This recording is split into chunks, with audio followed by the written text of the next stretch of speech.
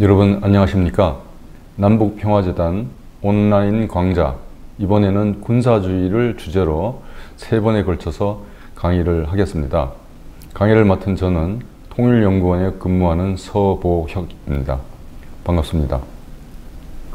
지금 우크라이나에서 그리고 중동 팔레스타인에서 전쟁이 일어나고 있습니다. 무고한 민간인들이 많은 희생을 거치고 있고 뿐만 아니라 우리의 삶의 터전, 생태계, 지구촌까지 파괴되고 있습니다. 그런 가운데서 동북아시아 한반도에서 그리고 동진아 남진아에서도 긴장이 고조되고 있습니다. 이와 같은 전쟁 위협, 그리고 상대를 억눌러야 우리가 살 수 있다고 하는 이와 같은 적대의식, 위협인식, 이런 것들은 어떻게 일어나고 우리 사회에서 계속 재생산되는지요. 이와 같은 것을 우리는 군사주의라고 하는 키워드, 주제어를 갖고 세계적인 흐름, 그리고 우리 사회에서 군사주의가 나타나는 현상과 그 영역, 그리고 이 사회, 경제, 그리고 국제관계, 심지어는 우주, 생태계까지도 포함해서 군사주의의 역동성을 살펴보고 그것을 넘어설 수 있는 탈군사화의 길, 그 가능성을 함께 생각해 보도록 하겠습니다. 오늘 그 첫 시간으로 제1강 군사주의로 보는 세계사를 말씀드리겠습니다. 제가 이번에 군사주의라고 하는 주제로 강의를 하게 되는 것은 제가 지난 몇 달 전에 제가 쓴 책 군사주의, 폭력의 이데올로기와 작동 방식이라고 하는 이 책을 바탕으로 해서 하고 있는 것을 말씀드리고, 관심 있는 분들은 이 책을 살펴보시면 되겠습니다. 오늘 1강 군사주의로 보는 세계사를 말씀드릴 건데요. 군사주의라고 하는 이런 개념을 갖고서 세계 역사를 훑어보는 것입니다. 다만 이렇게 얘기하기에 앞서서 군사주의라고 하는 개념이 어떤 것인지를 먼저 살펴보고 나서 세계사를 훑어보겠습니다. 여러분, 군사주의라 하면 어떤 생각이 드시는지요? 왼쪽 첫 번째 그림은 파시즘이죠. 무솔리니, 히틀러입니다. 이런 파시즘이라고 하는 것은 한 사회를 이론적인 통치를 통해서 국민들의 정신과 그 몸과 그리고 자원을 총동원해서 공격적인 대외 활동을 하는 것입니다. 중간에 두 번째 영화, 50대, 40대, 60대 되시는 분들 기억하시는지요? 실베스터 스텔론이 주연을 한 람보 시리즈 영화입니다. 이것은 1980년대 신냉전이 세계적으로 확장돼 나갈 때 미국 레이건 정부의 반공 군사주의를 예술적으로 영화 산업에서 그것을 지지했던 그런 역할을 했습니다. 세 번째는 우리가 잘 아는 박정희 대통령입니다. 군사 쿠데타를 했을 당시의 모습입니다. 그리고 마지막 그림은 최근에 남북 간의 대북 전단, 그리고 대남 오물 풍선으로 지금 접경 지역의 긴장은 물론이고 우리 국민들의 실생활에도 불편이 일어나고 있는데요. 우리 한국의 북한 인권 단체인 한 시민단체가 북한으로 보내는 전단의 하나의 퍼포먼스이겠습니다. 이런 것들이 밑바탕에 공통적으로 상대를 적대시하고 우리 내부의 다양한 의견들을 억제하고, 그리고 공격적이거나 군사적인 행동을 준비하는 것을 자연스럽게 또 그것을 지지하는 우리의 마음, 또 사회적인 관행, 이런 것을 군사주의로 할 수 있겠습니다. 모두에 말씀드린 것처럼 지금 전 세계적으로 상당히 어려움이 있습니다. 경제 성장이 지금 침체되어 있고, 그리고 일 국가의 한 지역의 문제가 전 세계적으로 급격하게 빠른 속도로 영향을 주는 것이죠. 그래서 과거 냉전 시대에는 국내 정치와 국제 정치가 구분이 되어 있었는데, 이제는 냉전 해체 이후 경제의 세계화, 정보화에 힘입어서 세계가 하나로 이루어져 있습니다. 그것이 좋은 방향이든지 나쁜 방향이든지요. 그래서 상호우전적인 세계 속에서 한 곳에서의 어떤 정치적인, 경제적인, 군사적인 움직임이 우리 삶에 직결되어 있습니다. 지금 우크라이나에서 이 전쟁이 일어나고 있지 않습니까? 우크라이나는 세계 최대의 곡창지대이고 또 러시아도 원유 그리고 천연가스가 많이 나고 있죠. 그래서 우리나라의 기업은 물론이고 전 세계적으로 특히 이제 저발전 국가들, 아프리카 같은 나라들에서는 식량 부족으로 많은 어려움을 겪고 있습니다. 그래서 이런 적대와 전쟁이 지속되고 있는 국제 정치, 그리고 동북아 지역 정치, 그리고 그 일부인 한반도에서 우리들이 많은 어려움과 염려 속에서 지금 생활하고 있습니다. 이런 것들을 우리가 어떻게 이해하고 또 어떻게 이것을 지향해 나갈 수 있을지 특정한 사건이나 현상이 아니라 그것을 관통하고 있는 어떤 이론적인 개념, 밑바탕에 대한 관심이 일어나고 있다고 봅니다. 그래서 인류가 최근에 이제 전통적인 전쟁과 관련된 이런 전통적인 안보 위기가 있고, 그 다음에 식량, 에너지, 보건 등과 같은 비전통적인 인간의 삶에 직결되는 일상 삶에 직접적인 영향을 미치는 이런 위기들이 복합적으로 일어나고 있습니다. 그래서 평화와 안보, 그다음에 인권, 지속 가능한 발전 이런 것들을 이제 서로 상호 의존하고 있기 때문에 그 대안도 복합적으로 사고할 필요가 되었다. 근데 그것이 인류가 냉전 해체 이후에 많은 준비를 하지 못한 가운데 지금 세계 곳곳에서 여러 가지 모순들이 폭력적인 방식으로 일어나고 있습니다. 그래서 그것이 이 가능한 사회적, 심리적, 그리고 정치적인 그 근원으로서 우리는 군사주의에 주목하고자 하는 것입니다. 그리고 이런 문제의식이 우리 한반도의 미래를 생각할 때도 어떤 시사점을 주는가. 기존의 우리 평화통일 담론은 어떤 의의가 있어서 계속 지속해 나가야 되고, 또 어떤 면에 있어서는 또 기존의 통일 평화 담론이 한계가 있는지, 그것을 넘어설 수 있는 대안적인 담론도 이 군사주의 또는 탈군사화라고 하는 이런 역사 이론을 통해서 우리가 생각해 볼 수 있다 하겠습니다. 그러면 이 군사주의, 군사화에 대해서 간단히 개념적인 정리를 해볼까 하는데요. 군사주의는 말 그대로 주의이지 않습니까? 민주주의, 그리고 뭐 자유주의 아주 많이 있습니다. 주의가. 주의라고 하는 것은 어떤 시각, 입장을 제1순위로 무조건적으로 절대적으로 지지하고 그것을 위해서 좋게 말해서 헌신, 나쁘게 말해서 강요, 억압하는 그런 태도를 말합니다. 그래서 군사주의라고 하는 것은 군대식 사고 및 행동 방식을 지지하고, 또 그것을 원래 군대 내에 있어서는 어차피 전쟁 준비를 하는 특수한 집단이기 때문에 그 내에서는 유용성이 있다고 하겠습니다만은, 우리 민주주의를 근간으로 하는 이 민간 사회에서 이 군사주의가 사회적으로 확산하고 또 군대식 행동과 사고를 한다라고 하는 것은 군사주의의 이제 승리라고 할 수 있죠. 군사주의의 사회적 확장. 그리고 이것이 무의식적으로 자연스럽게 우리 일상 속에서, 우리 의식 속에서 반복해서 계속해서 일어나고 있고, 그것을 지지하는 태도, 주의 주장, 또 사회적인 관념, 관행 이런 것들을 총칭해서 군사주의라고 합니다. 그리고 그것이 진행되는 과정, 현상, 결과를 군사화라고 얘기를 합니다. 그럼 그 결과가 어떤 것이 있겠습니까? 멀리 갈 것 없이 우리 권위주의 시대 때 우리 대한민국 국내적으로, 그리고 분단 상황에서의 남북 간의 적대적인 긴장 관계, 그리고 지금도 우리가 민주화를 지금 발전시키고 있습니다만은 분단 정전 체제 하에 있는 소위 그 구조적인 이 제약 때문에 우리가 이 군사주의에서 완전히 벗어나고 있지 못하죠. 한 곳에서는 사람이 죽고 전쟁이 일어나고 있는데, 또 한 곳에서는 그쪽에 대한 어떤 편가르기에 어떤 한 진영에 속하고 거기에 무기를 팔고, 또 그것을 우리 국민들의 국가 이익이라고 하는 관념으로 또 지지하는 것. 이것도 이제 민주화의 진전에도 불구하고 분단 현실, 세계적인 백권 경쟁 이런 영향에서 우리 사회가 완전히 군사주의의 영향에서 벗어나고 있지는 못한 것입니다. 그래서 이 군사주의는 제가 이제 개념 소개를 드리면서 이제 시사하는 바와 같이 군대는 물론이고 우리 사회 곳곳에 노동, 언론, 그리고 정치, 경제, 또 다민족 국가에서는 민족, 인종에서도, 그리고 문화예술, 심지어는 인도주의라고 하는 이런 좋은 일을 하는 곳에서도 이 군사주의가 작동합니다.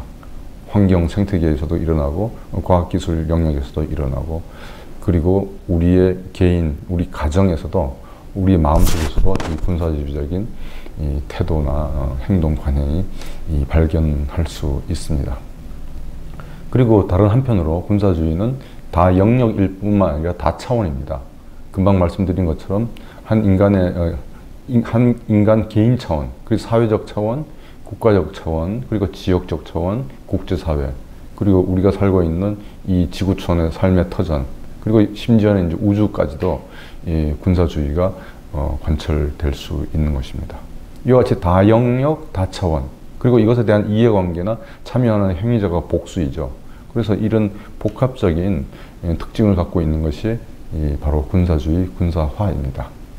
그래서 이와 같은 이론적 배경을 바탕으로 해서 인류 역사에서 군사주의가 어떻게 나타났는지를 제가 몇 가지 사례를 통해서 오늘 말씀드리고자 합니다. 그 첫 번째 시기를 식민주의 시기라고 하고, 이 식민주의 시기 때 이 군사주의가 어떻게 나타났는지를 소개해 드리겠습니다. 아미타브 고시라고 하는 작가는 오늘날 지구촌의 기후위기의 기원을 서구 제국주의에서 찾습니다. 그는 그 상징적인 예로 네덜란드 동인도 회사가 인도양의 반다 제도에 서식한 육두구 열매 채취를 위해 선주민을 학살한 일을 듭니다. 지금 이 사진이 이제 네덜란드 동인도 회사에서 실시한 그 원주민에 대한 그 학대를 묘사하는 그림입니다. 인도양의 남동쪽 끝 작은 섬들이 운집해 있는 반다 제도에는 화산들이 모여 있는 말루쿠 지역이 있고, 그 중에는 구농아피라는 활화산도 있습니다. 구농아피에는 자연이 선사한 특별한 생물종이 자라고 있었는데, 그것이 육두구라는 열매와 그 껍질인 메이스입니다. 이것은 16세기 엘자베스 1세 시기 잉글랜드에서 향신료 외에도 유행병을 치료하는 약재로 평가받아 육두구 한 줌이 집 한 채 또는 선박 한 척을 거뜬히 살 수 있을 정도였다고 합니다. 물론 16세기 이전에도 유럽 상인들은 육두구를 채취해 들여오고 있었습니다. 이것을 확보하기 위해 유럽 제국주의 국가들 간의 경쟁이 심화되었는데요. 이 지역은 네덜란드가 선두를 달렸습니다.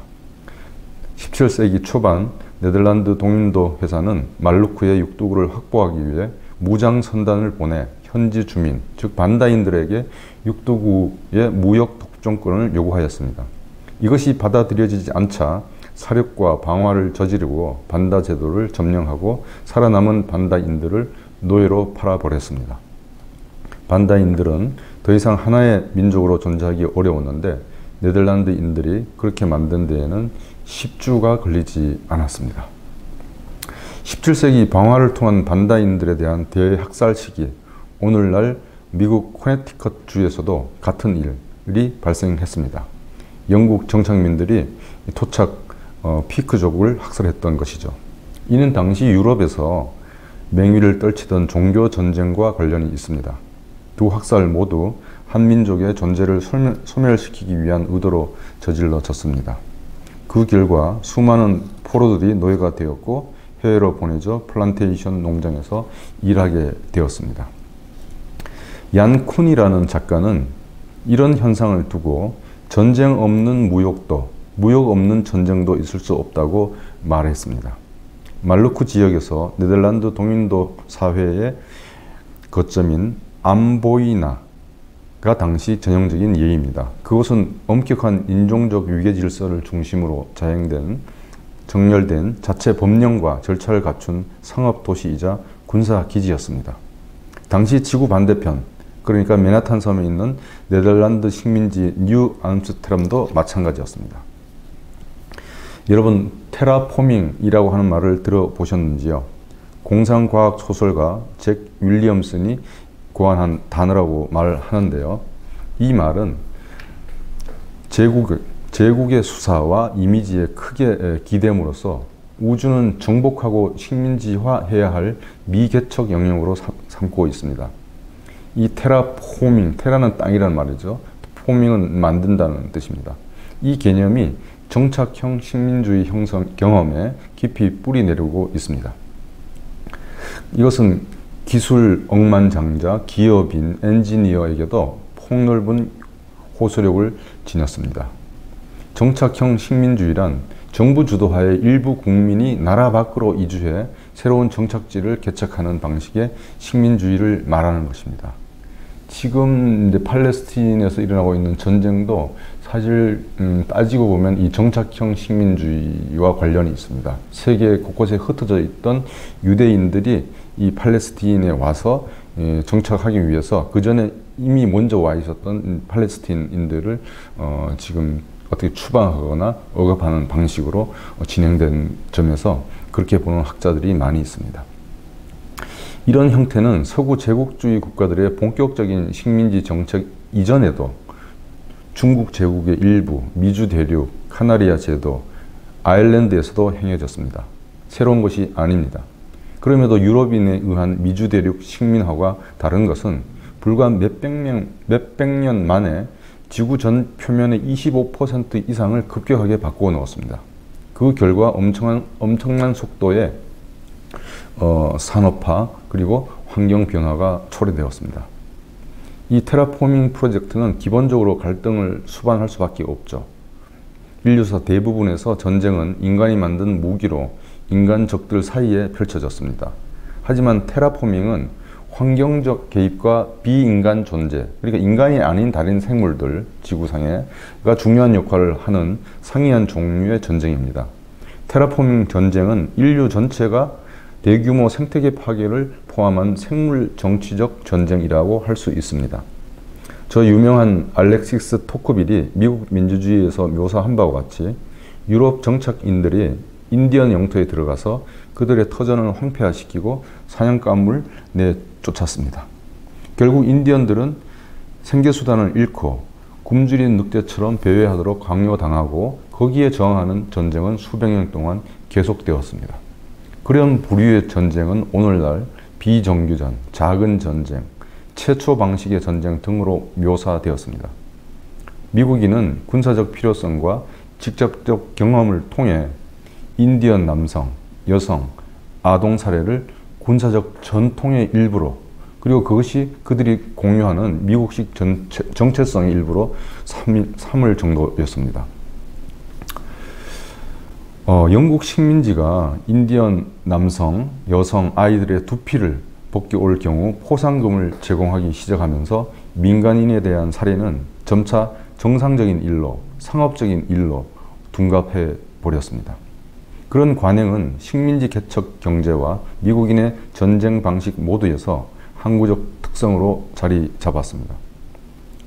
그래서 이것을 두고 질 르포라고 하는 작가는 유럽인과 아메리카 원주민은 3세기 동안 거듭해서 불가사의할 정도로 비슷한 전쟁을 치렀다고 말했습니다.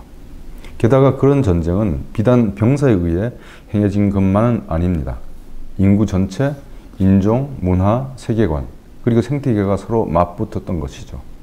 전면전과 총동원은 유럽으로 들어오기 훨씬 이전에 미주 대륙에서 이렇게 이루어졌습니다. 19세기 작가들은 이런 유의 전쟁을 묘사하기 위한 용어의 부족함을 느꼈습니다. 그것은 정확히 서구인들이 말살전쟁이라고 부를 때 염두에 둔 분쟁이었으니 말입니다. 말살전쟁은 다름 아니라 환경의 무기화가 분쟁의 주 요소인 생물 정치적 전쟁이었습니다. 정착형 식민주의의 분쟁과 유럽이 아시아와 아프리카에서 벌인 식민지 전쟁 간의 근본적인 차이가 여기에 있습니다. 아시아, 아프리카에서 전개된 식민주의는 그쪽의 원료를 약탈하기 위한 것이었죠. 미주 대륙에서 정착형 식민주의 분쟁은 완전히 달랐습니다. 토착민은 수많은 형태의 비인간 존재들이 관여하는 항구적 전쟁 상태에 돌입했습니다. 병원균, 강, 숲, 동식물 등이 모두 그 싸움에서 일정한 몫을 담당했습니다. 서구식 사고방식의 주요 부분으로서 자연과 인간 간의 확실한 선긋기는 비인간 존재들이 역사나 정치에서 주인공으로 등장할 여지를 없애버렸습니다. 이렇게 군사적 수단을 동원한 합법적 배제는 토착민들을 관념적인 국경 너머의 봉쇄지대로 밀어냅니다. 패트릭 울프는 침략은 사건이 아니라 구조였다고 말합니다. 재정착할 장소는 시간이 지나면 거주민들이 크게 파괴된 환경에 대처하도록 강요받는 희생지대로 되어버렸습니다.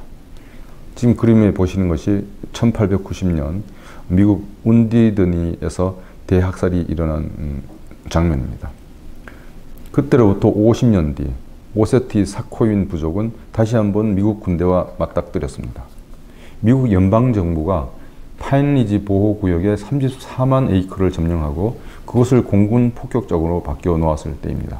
이 땅은 이제 군수품이 여기저기 흩어져 있어서 못 쓰게 되었어요. 한 민간 연구기관의 보고에 따르면 현재 미국에 있는 317개 보호구역은 독성 폐기물에서 개벌에 이르는 환경 위협에 직면해 있습니다. 가령 서부 소션족과 남북 파이우트족의 신성한 영토였던 남서부 사막의 여러 곳은 핵실험 장소로 전락했습니다. 또 라구나족 작가 레슬리 실코는 미군이 폭탄 실험을 할 때마다 네바다주의 원폭 실험장에서 유래한 방사선 입자 구름이 자기 부족의 마을로 와서 뒤덮었다고 수리한 적이 있습니다. 바로 이와 같은 형태로 식민주의 시대 군사주의는 그 식민지 선주민의 생활, 그리고 그들의 생존, 그리고 그들의 삶의 터전까지 파괴하는데 그 역할을 했던 것입니다. 이어서 국민국가 형성기의 군사주의를 살펴보도록 하겠습니다. 저 유명한 영국의 앤소니 기든스는 국민국가 형성기의 폭력의 역할을 산업화와 연관지어 분석한 것으로 유명합니다. 그의 조사에 따르면 영국은 1803년에서 1901년 사이, 그러니까 약 100여 년 동안 50개의 식민전쟁에 관여하고 있었습니다. 유럽의 다른 강대국들도 19세기에 각국의 크기에 비례해 전쟁에 관여하고 있었습니다. 이 시기 유럽 대륙에서는 국가마다 속도의 차이는 있지만 활발하게 산업화가 진척되고 있었습니다. 이 산업화 시기는 이전 시기 군사적 폭력을 대체한 것입니다. 그것은 군사력의 규모, 획득, 방식 등 모든 면에서 질적인 변화를 나타냈는데요. 그런 전쟁에는 처음으로 산업화가 나온 무기 기술을 채용하였습니다. 독불 전쟁의 예외를 빼면 모든 경우에 산업국가가 농업국가에 우세하였습니다. 지금 보시는 그림은 아마도 독일 프로이센으로 독일이 흩어져 있던 독일이 통일이 되죠. 그러면서 급속한 산업화를 바탕으로 해서 군사력을 동시에 발전시키는 시기의 한 장면입니다. 일종의 전쟁의 산업화는 19세기 말에 시작해서 20세기 초에 끝난 많은 변화를 대변해 줍니다. 1차 세계대전은 그런 변화의 최종 결과이죠. 그런 변화에는 산업 생산 기술이 무기에 적용되고 신교통통신 기술이 군사적 목적에 채택되고 군대의 직업화, 그리고 장교의 재조직화, 그리고 스펙타클하고 제의적인 측면의 전쟁의 태조 등을 포함합니다. 기든스는 이어 식민지를 둘러싼 자본주의 국가 간 무력 충돌, 곧 세계적 차원의 최초의 전면전 준비가 산업화에 힘입어 진행되었음을 밝히고 있습니다. 두 측면에서 그런 밝히고 있는데요. 첫 번째, 국민개병제입니다. 국민개병제가 전면전을 위한 인적 재료를 제공하는 것이죠. 동시에 교통통신의 발달은 전면전에 필요한 물질적 재료라고 하겠습니다. 산업기술이 전쟁에 미친 영향 중 단연 으뜸은 통신입니다. 수송병참은 늘 전쟁의 실행뿐 아니라 계급사회의 번성을 강하게 조건 지읍니다.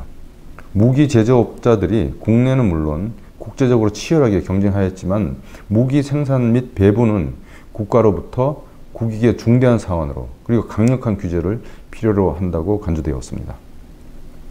기든스는 또 군대 지휘부의 전문화, 그러니까 장교단의 형성, 그리고 그들의 장교로서의 어떤 능력의 발달, 이런 것은 대중징집제, 개병제의 발전과 함께 진행되었습니다. 그에 따르면 국민국가에서 군대는 일정한 환경에서 정치적 통제를 가정하지만 군사력은 반드시 더 이상 국내 정책과 관련한 국가의 권위에 필요한 토대는 아닙니다. 그럼에도 군대는 정치 체계에서 빠져나올 수 없거나 폭넓은 의미에서 주권 공동체로부터 고립되어 활동할 수는 없죠. 왜냐하면 군대는 사회 맨 앞에서 국가를 위해서 또 국가를 선도하기 때문입니다. 말씀드린 이 전쟁의 산업화 시대에 군사력은 산업화의 생산기구에 의존하고 영토국가의 주권적 권위를 통해 활동합니다. 이때 민간정부는 정치력과 군사력의 분리에 관여합니다. 19세기 말엽 유럽의 거의 모든 국가들과 미국, 러시아는 사관학교를 설립하고 채용과 승진 관련 관료적 체계도 만듭니다. 이는 군대를 가진 국가, 우리나라를 대표하고 우리나라를 지키는 군대를 가진 국가라는 관념의 형성과 결합됩니다. 시민권, 주권, 민족주의 간의 연계는 이런 추가적인 요소를 취하는데 그것은 아마추어에서 직업 관료로의 전환, 그리고 시민 군인에 의해서 경력 군인의 완성 등과 관련이 됩니다. 기든스는 전체적으로 국가에 대한 군대의 관여는 시민권의 발전과 다른 사회 조직의 특징과의 관련성에 영향을 미친다고 보았습니다. 한 주권 국가에서 시민권은 지배계급이 대중에게 지급하는 가격이고 반대로 대중은 병력의 의무를 수행한다는 것입니다. 다시 말해 시민권은 정치적 민주주의의 상징이 되고 병력은 시민권의 상징이 되는 것이죠. 이렇게 함으로써 산업화와 군사화 그리고 관료화가 근대 국민국가를 형성하는 세 개의 축이 되는 것입니다. 이것은 자본주의 국가만 아니라 사회주의 국가도 마찬가지입니다. 최초로 사회주의 국가를 수립한 러시아에서도 사회주의 운동을 시민권과 연계하는 강력한 압력이 작용했습니다. 기든스는 초창기 소련의 고립은 영토성, 국가 형성, 그리고 강제된 산업화를 증명한다고 평가합니다. 그것은 트로츠키가 강조한 바와 같이 소련이 애초에 천명했던 이념으로서의 프롤레타리아 국제주의와 더 멀어진 것이죠. 소련은 여느 자본주의 국가들처럼 영토 문제에 집착했고 산업화에 기반을 둔 군사적 발전의 길을 걸어갔고 그럼으로써 소련은 세계 패권의 최전선으로 내달았다는 것입니다. 이렇게 산업화를 거치는 과정에서 유럽의 자본주의 국가들과 소비에트 러시아는 다 같이 군사화와 결합해서 부국 강병의 길을 내달렸습니다. 결국 1차 세계대전은 산업주의의 발전과 그에 기반한 폭력수단의 대규모 생산으로 일어난 것입니다. 물론 그 배경은 식민지 쟁탈을 둘러싼 강대 국가들 사이의 갈등이었죠. 군사화는 하나의 거대한 역사적 과정으로서 앞선 과정을 지나 발전해 가는데 결국 20세기 대규모 전쟁을 위한 길을 준비하였던 것입니다. 유럽의 모든 국가들이 군비 경쟁에 휘말려 들었고 그것은 다시 나머지 세계를 빨아들였습니다. 이 그림은 1차 세계대전 당시에 무기를 생산하는 공장의 한 단면입니다. 네, 하나 여담을 하고 넘어가겠습니다. 최근에 보니까 최장의 제2차 세계대전인가요? 2차 세계대전이 상당히 오랫동안 진행된 제국주의 국가들 간의 갈등이다, 폭력적 갈등이다 이렇게 분석한 책이 국내에서 2권짜리로 번역이 됐더라고요. 그것도 다름이 아니고 결국은 세계 전체를 놓고 강대국들 사이에 갈등이 조정되지 아니하고 전쟁으로 일어난 것이죠. 1차 대전 마찬가지고 2차 대전 마찬가지입니다. 그 밑바탕에 이제 산업화와 함께 군사화 그리고 단일 민족 국가의 등장, 그 시스템이 등장했다는 것을 배경으로 하고 있습니다. 그렇게 해서 1, 2차 세계대전이 벌어지고 종식되고 난 다음에 세계는 냉전체제, 미국과 소련을 양축으로 하는 소위 양극체제가 등장했죠. 그랬을 때 전쟁을 거치고 나서 세계 패권국가가 된 미국에서 어떤 군사주의 현상이 드러났는지 살펴보겠습니다. 우리가 이제 서양에서는 토마스 홉스, 그리고 동양에서는 순자 이런 분들이 이 세계관을 갈등적으로 염세적으로 봅니다. 동서양을 막론하고 이런 현실주의 패러다임을 지지하는 정치 사상가들의 국가론은 물론 국가안보 전략가들의 군비 증강론의 근저에는 공포가 자리하고 있습니다. 잠재적으로 공격해 올 것이라는 위협의식, 그에 앞서 힘을 기르고 필요시 먼저 공격을 준비해야 된다는 관념은 공포의식의 밑바탕을 두고 있습니다. 냉전기 세계 패권을 다룬 미국과 소련은 똑같이 공포의식에 둘러싸여 상대를 바라보고 자신을 조직해 갔습니다. 공포의식은 국가 안보는 물론 그를 지지하는 세력에게는 막대한 이익을 보장해 주었는데, 이때 공포의식은 객관적 실제와 주관적 허구로 구성되죠. 미국의 현대사학자 존 다우어에 의하면 전후 미국이라는 거대 괴물은 본질적으로 조울증적이어서 어떤 물질적 기준에 비춰봐도 압도적으로 강력하고 오만하기 짝이 없으면서도 두려움에 차서 불안해했고 지금도 여전히 그렇다고 말합니다. 군부 기획자들이 보기에 이는 불리한 조건이라기보다는 활용해야 할 역설이죠. 존재를 위협하는 불길한 적들에 대한 공포는 거대한 군사 장비에 대한 지원을 계속해 나가야 한다는 정치적 요구의 마중물이 되어 줍니다. 높은 수위의 불안감은 정치가와 대중을 동조하게 만드는 제어 장치인 거죠. 예를 들어서 1960년대 케네디가 대통령 선거 유세에서 미사일 격차, 소련과의 미사일 개발 경쟁을 얘기하는 겁니다. 그 격차를 허위로 상정했을 때, 또는 1980년대 레이건 정부가 소련과의 우주 군비 경쟁, 일명 스타워즈를 강조한 것처럼 체감된 위협 요소를 과장하는 것, 아니면 적어도 가장 극단적인 최악의 시나리오에 대응할 태세를 늘 갖추고 있어야 할 필요성을 주장하는 것은 군부에게는, 또는 공포의식을 바탕으로 해서 정치를 하는 사람들에게는 득이 되는 거죠. 거기에는 수많은 일자리도 걸려 있습니다. 안보에 투자한 수많은 단체, 기업이 있고 특히 이 방위 산업체들의 이익이 큽니다. 핵전쟁이 기후변화를 촉발하여 전 지구적인 핵개울이 발생할 가능성을 과학자들이 인지한 것은 1980년대 되어서였습니다.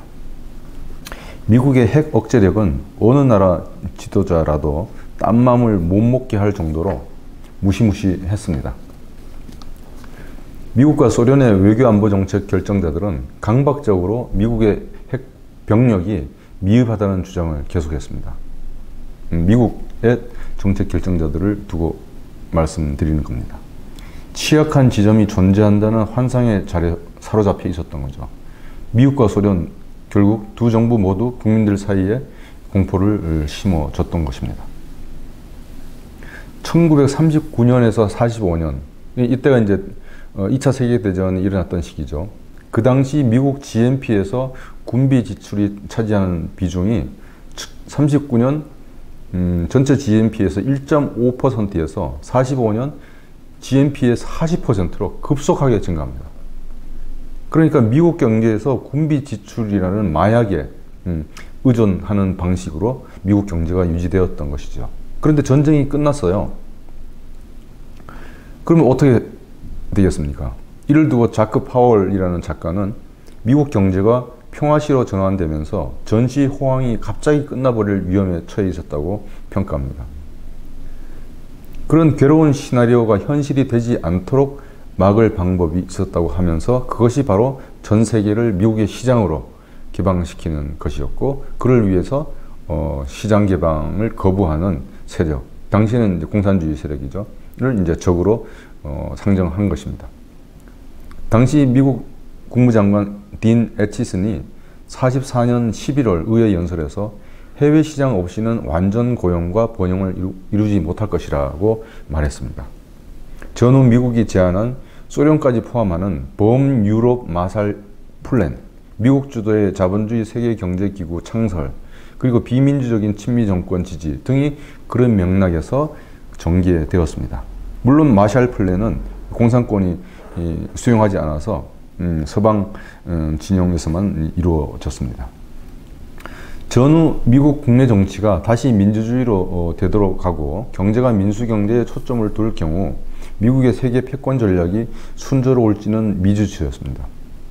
2차 대전 직후 당시에 미국의 정책 결정 집단의 판단은 유럽에서 확대된 영향권을 기정사실화하려는 소련의 움직임과 상호작용하면서 이루어졌습니다. 2차 세계대전이 일어나기 전에 소련은 말 그대로 유럽이 아니었죠. 유럽의 동쪽 변방, 우리 동양식 표현을 하면 오랑캐였습니다. 그런데 2차 세계대전, 반파시즘 연합전선을 서방 국가들하고 손을 잡지 않았습니까? 그래서 그 결과가 어떻게 됐습니까? 독일이 분단되고 베를린이 분단되고 중동부 유럽의 국가들이 공산화되면서 소련의 영향권이 상당히 확대된 것이죠. 네, 그런 상황이었습니다. 전후 미국의 냉전 질서 구축 작업의 분수령으로 국가전략 NSC 68이 꼽히지만 그 중요도와 선후를 고려할 때 미국 전후 군사화 체제를 종합적으로 제시한 것은 그보다 앞선 1947년 제정된 국가안보법입니다. 국가안보법의 제정은 당시 다른 비밀 목적도 있었지만 세 가지 기본 목표를 갖고 있었습니다. 그것은 첫째, 군사 조직의 효율성 제고, 둘째, 양질의 정보 수집 분석, 셋째, 국가안보기구들 간 조정으로 국가안보 증진입니다. 모든 입법 과정이 그렇듯이 국가안보법 제정도 군사화 체제를 구성하는 이해 당사자들 간의 타협과 경쟁의 산물이었습니다. 전후 미국 군대는 육군, 해군, 해병대, 그리고 공군이 육군에서 독립했습니다. 그리고 합동참모본부가 있고 이를 통제하는 국방장관이 있죠. 그리고 군사안보 관련 정보기구들이 많이 만들어졌습니다. 그리고 이들 기구들 사이에 연계도 중시되었습니다. 특히 외교안보 정책을 기업, 대학 등과 연결하는 국가안보이사회도 설립되었습니다. 이들 안보기구는 특정 임무가 아니라 규모와 합리화 논리가 중요했습니다. 그것은 전시에 민첩한 국가는 모든 자원을 갖추고 민간 및 군사기구를 연계시켜야 한다는 믿음을 밑바탕으로 두고 있습니다. 그러니까 벌써 이때부터 민간과 군사기구의 경계를 흐리게 하는 것은 전쟁과 평화의 차이를 소멸시키는 것과 같았던 것이죠. 이게 말하자면 이제 군사주의의 한 단면이죠. 전후에 미국에서요. 그런 믿음이 너무 강력해서 1940년대 말 수많은 이슈들에도 불구하고 아무런 도전을 받지 않았습니다. 연방정부에서 국가안보의 위상은 더욱 팽창해 갔습니다. 연방정부의 고용은 1932년에서 52년 사이 4배 증가했는데 민간인이 260만, 군인이 360만 명 증가했고 그중 130만 명이 국방부에서 수천 명이 다른 전쟁 관련 기구에서 근무했습니다. 한국전쟁이 냉전의 결과인가요? 냉전의 원인인가요? 계란이 먼저인가요? 닭이 먼저인가요? 어쨌든 한국전쟁의 이 방향을 결정, 특히 원자탄 이용을 둘러싼 트루만 대통령과 맥아더 사령관의 갈등은 널리 알려져 있습니다. 이것을 트루만 대통령은 문민 통제의 원리로 자기가 주도해 나갔습니다. 트루만 정부, 특히 전쟁부는 군대가 핵무기와 핵에너지 정책 자문을 주도할 위원회 설립을 제안했습니다. 이때 과학자들은 자신의 역할 제한을 우려하고 의회는 군사력 증강을 걱정하였습니다. 그러나 그 과정에서 정부, 군대, 산업체, 과학자 집단 사이에 좌충우돌, 합종, 연행이 있었고 결국 1950년 핵에너지위원회가 창설되었습니다. 상당한 예산이 투입되었고 관령 집단의 이해가 반영되었습니다. 과학기술과 군사주의의 만남입니다.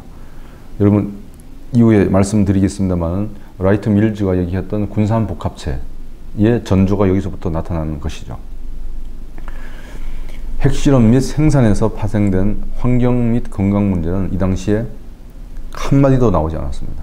한국전쟁에서 미국은 원자폭탄을 이용하지 않았지만 전쟁은 많은 측면에서 미국의 군사화를 방향짓고 전체적으로는 완성했다고 할 수 있습니다. 한국전쟁은 미국 외교안보 정책의 규모와 야망을 대폭 확대하는 데 도움을 주었고 그에 따라 국방 예산, 병력, 무기개발 프로그램이 확대되었습니다. 또 급격하게 늘어난 자원으로 모든 전쟁에 대응할 수 있는 전략을 모색하였습니다. 뿐만 아니라 한국전쟁은 미국인들의 생활 영역에도 영향을 미쳤는데요. 특히 청소년들은 처음으로 계속되는 전쟁에서 살아가는 세대가 되었습니다. 또 앞서서 국가안보법을 말씀드렸는데 대내보안법도 제정이 되어서 일반 시민들의 사고와 행동에 제약이 따랐습니다. 자, 그러면 냉전 시기 전반적으로 이 군사주의 문화, 사고가 어땠는지 한번 살펴보겠습니다. 지금 보시는 그림은 이 유명한 책인데요. 존 루이스 게디스라고 하는 사람이 쓴 장기 평화라고 하는 책입니다. 그러니까 냉전 시기 미소 간의 양극 체제에 의해서 세계대전, 국제전쟁이 일어나지 않고 평화로웠다라고 얘기하는 식으로 냉전 시기를 평가하는 유명한 책입니다. 원자폭탄 투하를 정점으로 세계는 이제 전쟁이 끝나고 또 한국전쟁을 계기로 또 중국의 공산화로 세계가 냉전체제로 빠져들어가면서 질서는 여전히 산업화, 군사화를 힘으로 하였습니다. 다만 그 양상이 안정적이었던 거죠. 이제 전쟁은 일어나지 않고 서로 이제 군비 경쟁, 이념 체제 경쟁이 본격화된 겁니다. 냉전 체제에 들어서 세계의 안정성은 국제 질서의 양극성에 국가의 행정력이 결합되었기 때문입니다. 이것이 냉전 체제의 한 특징이고 거기에 군사주의가 기여한 바가 큽니다. 전후 국제 질서를 산업화와 군사화의 상호작용으로 파악한 이는 기든스 외에도 많은 전문가들이 있습니다. 마르크스주의자들은 자본주의 체제에서 산업주의는 군사적 경쟁 관계를 이끈다고 주장했고, 마이클 마는 산업주의와 자본주의가 전쟁 기술을 제외하고는 서로 무관하다고 주장했습니다. 만의 입장에서 지정학적 숙적 관계는 협정으로 극복 가능하고, 그러면 산업 자본주의는 국가 간 군사적 숙적 관계가 초래하는 상황에 빠져들지 않고 발전해 갈 수 있다고 말하기도 했습니다. 기든스는 국민국가 안에는 평화가 가능하고, 그러나 그 반대로 무정부 상태인 국제 질서에서는 전쟁 가능성이 상존한다고 보았습니다. 사실 기든스의 논리는 독자적이라기보다도 고대부터 이어져 온 현실주의 국제정치 패러다임을 지지하는 것에 다름이 아닙니다. 네, 냉전 시기에 선발 자본주의 국가이든 식민국가의 독립과 저개발 독재로의 이행이든 그것은 대내적 평화를 전제로 대외적 위상 강화로 나아가는 패턴을 보였습니다. 흔히 국제 질서를 강대국, 약소국 혹은 상징국, 후진국으로 단순화하는 관행이 있었습니다만, 냉전 체제라고 하는 구조적 제약 하에서 강대국은 핵개발 경쟁으로 잠재적 전쟁에 대비하는 한편, 약소국은 성장을 위해서 혹은 또 성장을 명분으로 대내적 평화, 개발 독재도 포함되는 거죠. 강제해 나갔습니다. 말하자면 동일한 국제 구조 하에서 국가 간 조건의 차이로 평화의 양상이 갈라진 것입니다. 그러나 그것을 관통한 원리는 군사주의, 곧 물리적 힘이 법이라는 시각으로 질서를 잡고 삶의 정향을 규정해 나갔던 것이죠. 자, 그렇다면 냉전 체제를 성립시키고 그리고 전후 국제 질서의 안정을 가져온 국가 주권 우선의 원리는 휴지 조각에 불과한 것인가요? 여러분은 어떻게 생각하십니까? 냉전 시기 세계 체제의 구성 요소들을 보면은 기본적으로 국민 국가 체제이죠. 근데 그것은 세계 경제 체제, 군사 질서에 의해서 포위되어 있었다고 볼 수 있겠습니다. 외형으로만 보아도 국가 주권 원리 위에 서 있는 국민 국가 체제는 불안하기 짝이 없는 것이죠. 기든스는 국가의 경계를 초월하는 다양한 조직들은 그 이전에 국가가 지탱해온 능력을 전유한다고 인정합니다. 거기에 특정 국가가 통제를 시도하는 것에 반작용하는 세계 체제의 특징도 존재하는 것이죠. 그런 조직은 국제기구, 카르텔, 초국적 기업, 군사동맹 등이 있습니다. 이런 논의에 따를 경우 크레물린, 소련이죠. 소련을 정점으로 하는 동구 사회주의 체제에는 국가 주권이 있는가 하는 질문도 쉽게 풀릴 수 있죠. 지금 그림은 1960년대 말이죠. 체코슬로바키아, 소련의 위성국가이고 공산화된 국가이죠. 여기서 민주화운동이 일어났습니다. 그런데 소련이 탱크를 갖고 이렇게 들어왔어요. 그 이전에 이미 50년대 에서는 동독, 헝가리에서도 자유화 운동이 일어났습니다. 그때도 소련이 폭력적으로 진압을 했습니다. 2차 세계대전 종식 직후 그런 나라들, 그러니까 공산화된 사회주의 국가들은 붉은 군대, 곧 소련 군대에 의해서 나치 지배로부터 해방되었지만 곧 소비에트식 정치 경제 제도에 편입되었습니다. 군사력의 사용은 그런 과정에 필수적이었고 반대 세력이나 자유민주 제도를 채택하고자 하는 세력은 분쇄당했습니다. 그러니까 자본주의 국가든지 사회주의 국가든지 거기에 속해 있던 어떤 국가가 어느 체제를 따르도록 강요받는지를 결정하는 데는 역시 빅브라더, 큰 형님의 전략적 이익이 대내 정치 제도보다 더 큰 영향을 미쳤다 할 수 있습니다. 말하자면 일국의 주권은 그 국가의 지정학적 위치와 상대적 군사력, 국제노동분업상에서의 위치 등에 의해서 결정된 셈이죠. 보여드린 동유럽 국가들의 주권은 소련과의 인접성, 상호 전쟁 경험이라는 역사적 맥락에 의해서도 제한을 받습니다. 많은 후기 식민 국가들은 상대적으로 낮은 수준의 대내 행정적 통제와 높은 수준의 대외 의존적 경제에 의해 제한받았습니다. 한국도 전쟁 직후 초창기에 이랬었죠. 그래서 반공 친미 동맹을 바탕으로 한 개발 독재가 진행되었던 것입니다. 이 그림을 보시면 1946년에서 2017년까지 국제전쟁, 국가 간 전쟁 추세를 보여주는데요. 1960년대가 가장 냉전의 피크였죠.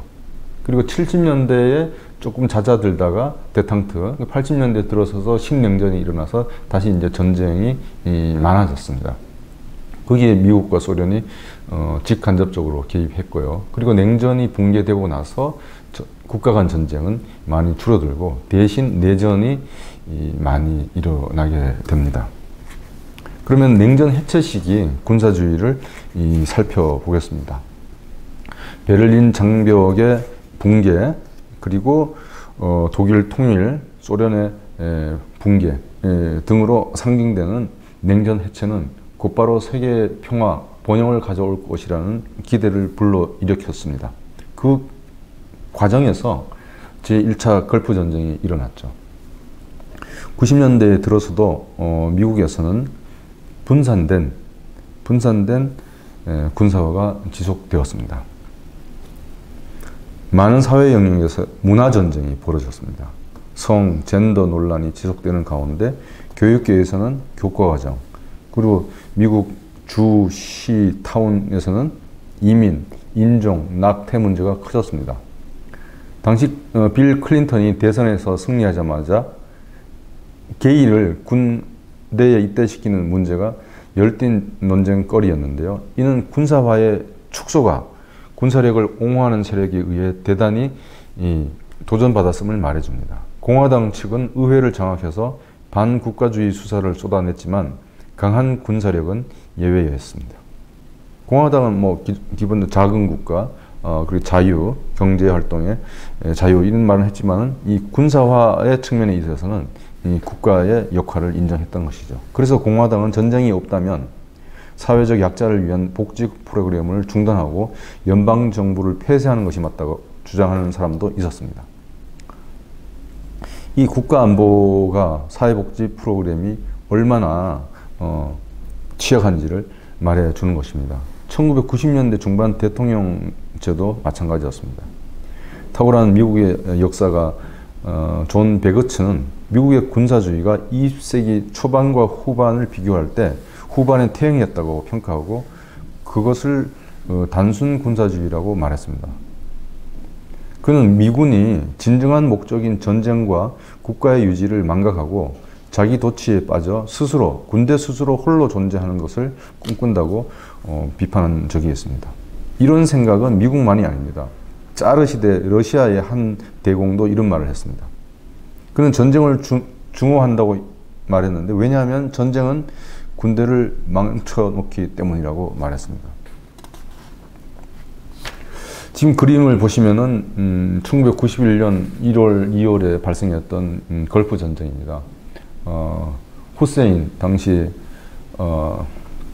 이라크 대통령이 쿠웨이트를 침략해서 쿠웨이트의 유전을 장악하려고 했는데 미국이 압도적인 군사력으로 이를 퇴치한 것으로 잘 알려져 있습니다. 이 91년 1, 2월 걸프전은 베를린 장벽 붕괴 1년이 지나는 시점에 벌어져서 탈냉전 국제 질서의 형성에 중요한 영향을 미쳤습니다. 걸프전은 미국 주도의 정확도 높은 군사력의 사용에 대한 희열과 그리고 성공하지 못한 반란 세력의 인간적 비극을 동시에 드러내줍니다. 냉전 해체 이후 경제 선진국과 후진국들 사이의 잠재적 갈등은 세계화라는 장밋빛으로 은폐되었습니다. 전면에 드러난 것은 미국이 세계 질서를 독점하고 거기에 서유럽 국가들과 소련의 종속 그리고 사회운동의 무기력함이었습니다. 이 1차 걸프전이라고 불리는 이 전쟁은 후세인의 권좌를 지속시킨 혁명적 군사주의를 꺾은 대신에 미국 주도의 국제 질서를 개막시킨 것입니다. 미군이 패권과 안정을 동일치하고 그 둘의 동시 달성을 위해 전 세계의 미군을 배치하고 유연하게 대응할 군사 태세를 갖추도록 이끌었던 것이죠. 그 좋은 계기가 되었습니다. 다 지난 무기들은 여기서 다 쏟아붓고 소비를 하고 말이죠. 미국은 이란 이라크 전쟁을 활용해 중동 질서에서 패권국의 등장을 예방하려고 하였습니다. 후세인은 이란과의 8년 전쟁으로 직면한 재정 위기를 쿠웨이트 석유로 벌충하려고 했지만 물거품이 되었습니다. 이 중동 질서의 역동성과 달리 냉전 해체는 서방 자본주의 진영의 승리는 물론 전 세계를 어떻게 해요? 하나의 세계로 만들어 놓았습니다. 하나의 시장. 그 걸림돌을 제거하는데 군대는 역시 부름을 받았습니다. 그 명분은 되게 다양해졌습니다. 자유, 인도주의, 인권, 평화유지. 그런 임무를 군이 신속하게 대응할 수 있도록 군사 교리를 보완하고 그리고 일부 군 임무를 민영화하는 이를 통해서 더 효율적인 정부와 군의 임무 수행, 민군 협력을 창출할 필요가 군 안팎에서 일어났습니다. 냉전 해체 이후 북미주와 유럽에서 평화는 사회 내 폭력의 불법화와 국제사회에서 폭력의 합법화 사이의 모순 속에서 유지되고 있었습니다. 냉전 해체와 민주화를 겪으며 국내는 물론 국가 간에도 처음에는 서유럽에서 나중에는 세계적으로 점점 더 폭력이 불법화되어 갑니다. 걸프전에서 이라크 시민들은 소위 부수적 피해로 고통을 받았는데요. 그것은 미군의 유연 반응을 가능하게 한 무기혁명에 따른 필연적인 부수 현상이었습니다.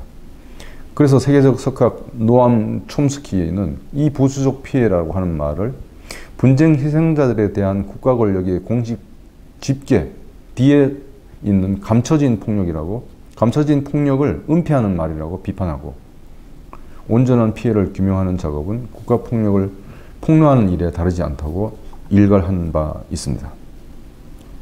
물론 이 군비 증강이 이제 사회적인 군사화와 반드시 일치하는 것은 아니죠.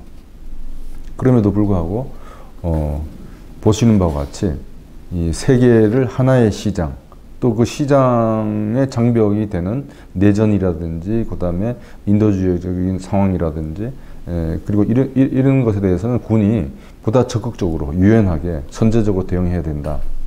또 그렇게 하기 위해서 무기 개발을 하고 정치적 집단이 다시 뭉쳐야 된다. 이렇게 주장하는, 또 실제 외교 안보 정책 결정에 영향권을 행사하는 일단의 그룹이 형성되었으니 이것이 언론에서 말하는 네오콘입니다. 네오콘이 사실 이때 등장하는 게 아닙니다. 제가 말씀드리겠습니다. 걸프전의 승리 후 조지 H.W. 부시, 아버지 부시 대통령이 91년 3월 1일 워싱턴에서 이런 연설을 했습니다. 우리는 베트남 증후군을 완전히 날려버렸습니다. 베트남 증후군이 뭡니까? 미국이 전쟁에서 졌죠. 그리고 철수를 했죠. 바로 이것입니다. 그것을 어디서 그 패배의식, 그 트라우마를 이 걸프전에서 확실하게 날려버렸다는 것입니다. 이 부시 대통령이 연설을 했을 때 그 청중이 베트남 전쟁에 참여했던 상위 군인들, 참전 군인들 앞이었습니다. 이 부시 대통령의 베트남 증후군 종식 선언은 신보수주의 세력, 네오콘이 준비해온 미국의 군사 패권 유지 전략으로 뒷받침되었습니다. 이후 9.11 테러를 계기로 중동에 대한 통제권을 확대하려는 계획을 세운 소위 새로운 세기를 위한 프로젝트 PNAC가 그것인데요. 이 작업은 럼스펠드 국방장관, 올 포이츠 국방부 차관보였나요? 이들이 주도했습니다. 이들은 이미 레이건 정부 시기에 베트남 증후군 넘어서기를 구상했고 당시 외교안보 정책을 실행한 바 있습니다. 이때 럼스펠드 국방장관을 이미 했죠. 베트남 증후군 넘어서기 작업은 90년대에 들어서서 국방부에서 뭉친 일단의 네오콘 그룹이 주도해 나가는데 당시 이 좌장이 딕 체니였습니다. 그가 이제 나중에 조지 W 부시 정부에서 부통령을 하죠. 92년 그들이 작성한 국방계획 지침에 이렇게 되어 있습니다. 우리의 목표는 구소련이나 다른 곳에서 소련이 위협을 제기하는 것처럼 질서를 위협하는 새로운 경쟁자의 등장을 막는 것입니다. 여기서 이제 선제 공격 독트린이 일어나는 것이죠. 클린턴 정권 시절 이 네오콘 집단이 말씀드린 PNAC를 결성했습니다. 새로운 세기를 위한 프로젝트. 2000년에 펴낸 이들의 보고서 미국 국방의 재건에서 그들은 미국의 평화를 유지 확대하려면 팍스 아메리카나는 미국의 확고한 군사적 패권에 확실한 토대를 두어야 한다고 말했습니다. 그 이후 조지 W 부시 정부 들어서 군사력의 대대적 확충이 있었습니다. 9.11 직후인 2002년 부시 대통령이 서명한 국가안보 전략은 PNAC의 매뉴얼과 흡사했습니다. 그 안에 익숙한 문장이 있습니다. 우리의 군사력은 잠재적 적들이 미국의 힘을 능가하거나 맘먹는 것을 목표로 군사력 증강을 추구하는 것을 물리칠 만큼 강력해야 된다. 이렇게 말했습니다. 이렇게 되면 이제 전쟁이 어떻게 이 강대국들 사이에 국가 간 전쟁보다는 시장 활동 그리고 민주주의, 인권을 해치는 집단들과의 영구적인 일상적인 전쟁으로 변하는 것이죠. 냉전에서 영구 전쟁으로 전환하는데 그 선택적인 인도주의적 폭력이 과거 역할을 합니다. 한 예를 들어볼까요? 이 그림이 어떤 그림인지 클린턴 대통령하고 연관이 있는데요. 동유럽에서 이제 냉전이 해체되고 사회주의 체제가 붕괴되고 하면서 유고슬라비아가 다민족 국가였거든요. 다민족 연방 국가였습니다. 그래서 냉전이 해체되니까 그 억눌려 있던 그 유고슬라비아를 구성하고 있던 민족들이 독립을 선언하면서 그 과정에서 이 민족들 간의 전쟁이 일어나는데 그 중에 하나가 이제 코소보 전쟁입니다. 1999년 미국의 코소보 공습이 있었는데요. 처음에는 미국이 개입을 안 하려고 했습니다. 왜냐하면 전쟁의 늪에 빠져들고 그 베트남 증후군도 있었고요. 그리고 그 러시아의 관계 정립 문제도 있었습니다. 그런데 이제 자꾸 민간인들의 피해가 죽음이 이제 커지고 그리고 서방 여론에서 미국이 개입을 해서 밀로세비치 세르비아 정권을 물리쳐야 된다는 여론이 높아지면서 99년에 결국 미국이 공습을 하게 됩니다.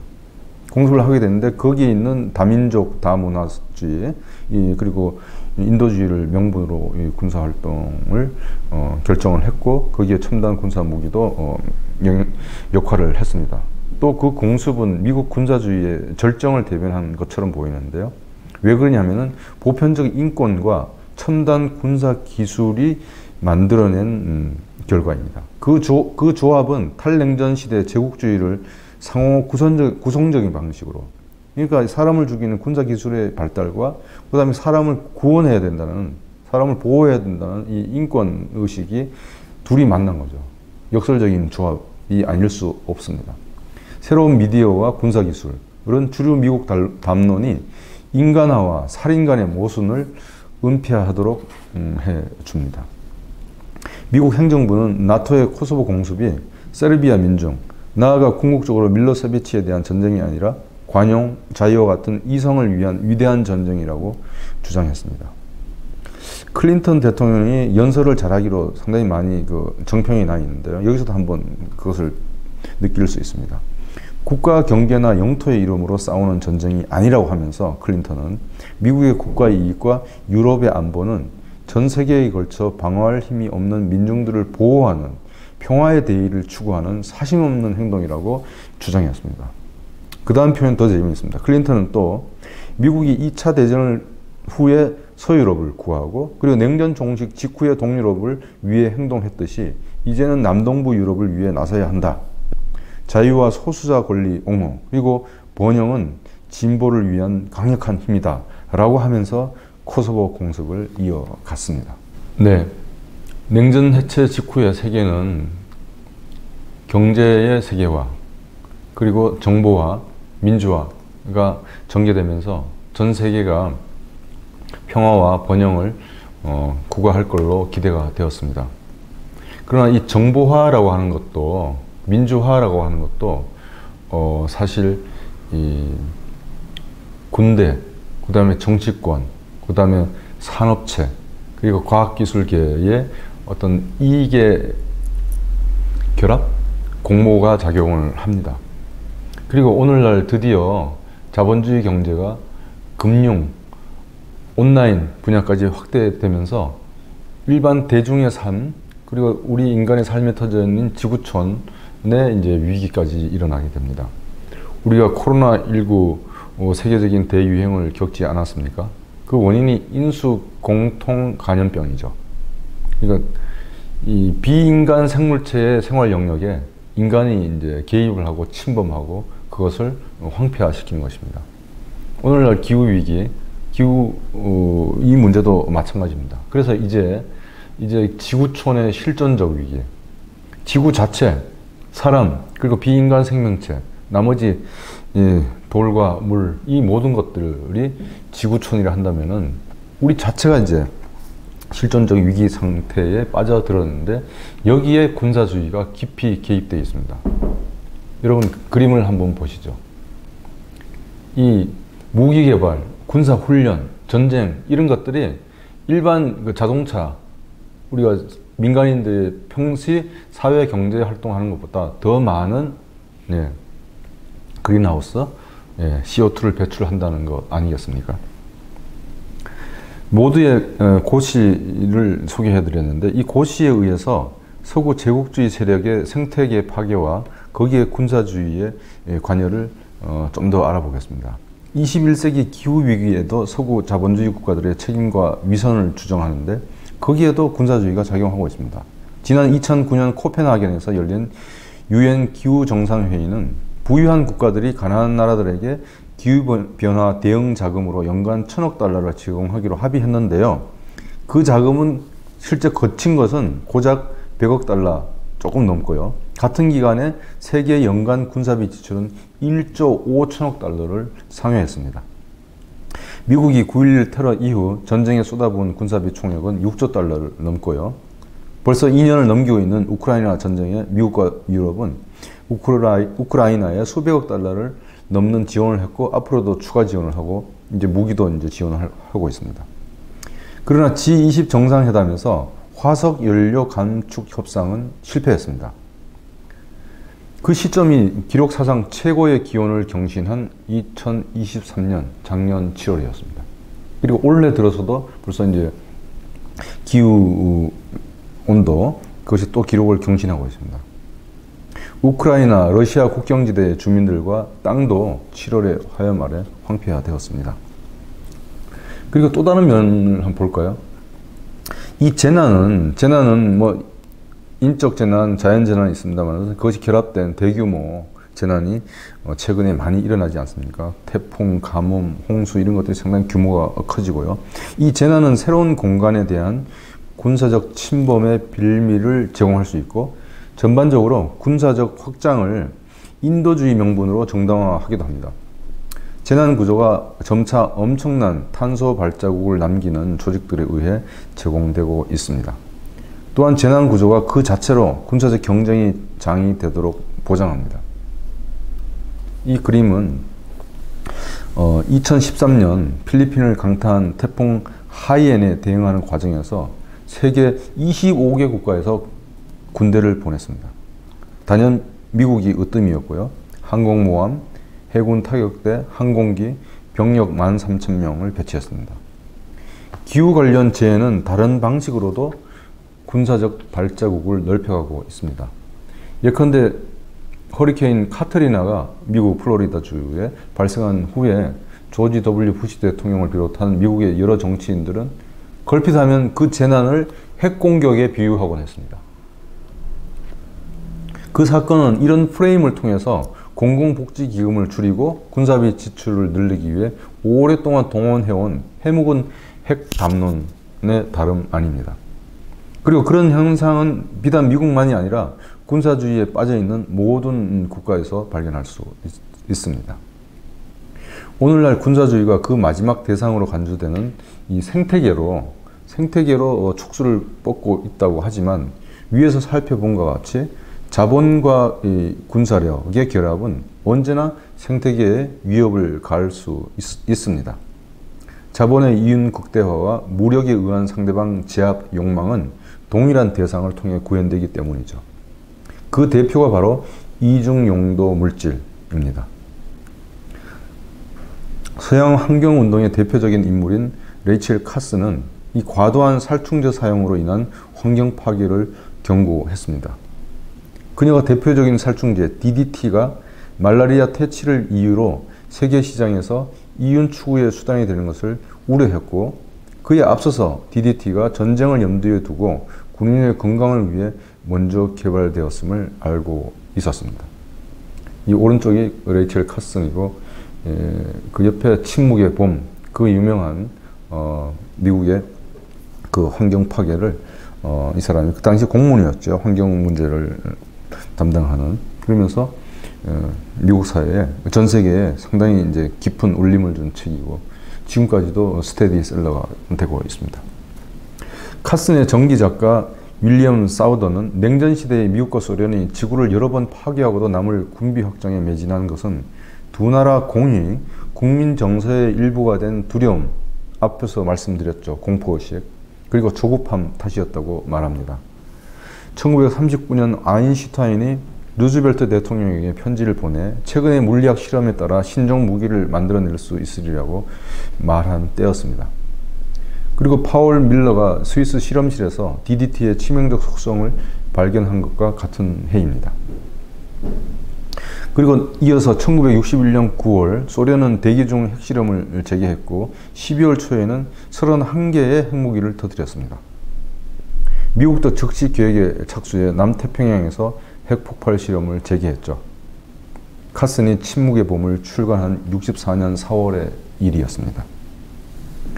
핵실험 중단을 간청한 슈바이처 박사의 편지를 접한 케네디 대통령은 고심했지만은 상호 확증 파괴의 논리로서 비극적 선택, 핵실험을 멈출 수 없다고 생각을 했습니다.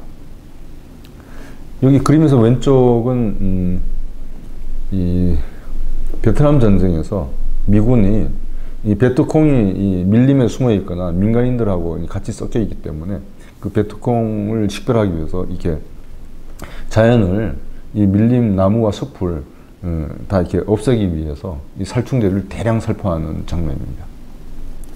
이 장면도 아주 유명하죠. 카스는 살충제와 방사능 사이에 피할 수 없는 분명한 공통점이 있음을 발견했습니다. 그 둘을 수십 년, 심지어 수십 년 동안 아무런 영향이 드러나지 않는 이상하고도 무시무시한 유해 물질이라고 평가했습니다. 또 살충제와 방사능은 독성의 종류만 다를 뿐 둘 다 돌연 변이를 일으킬 가능성이 많습니다.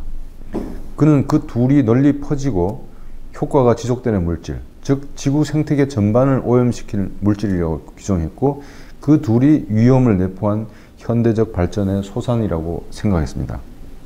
카슨이 침묵의 봄에서 직설적으로 말했듯이 이 둘, 살충제와 방사능, 이 둘을 신중한 자연의 속도가 아니라 무분별하고 부주의한 인간의 속도가 빚어낸 결과라고 말했습니다.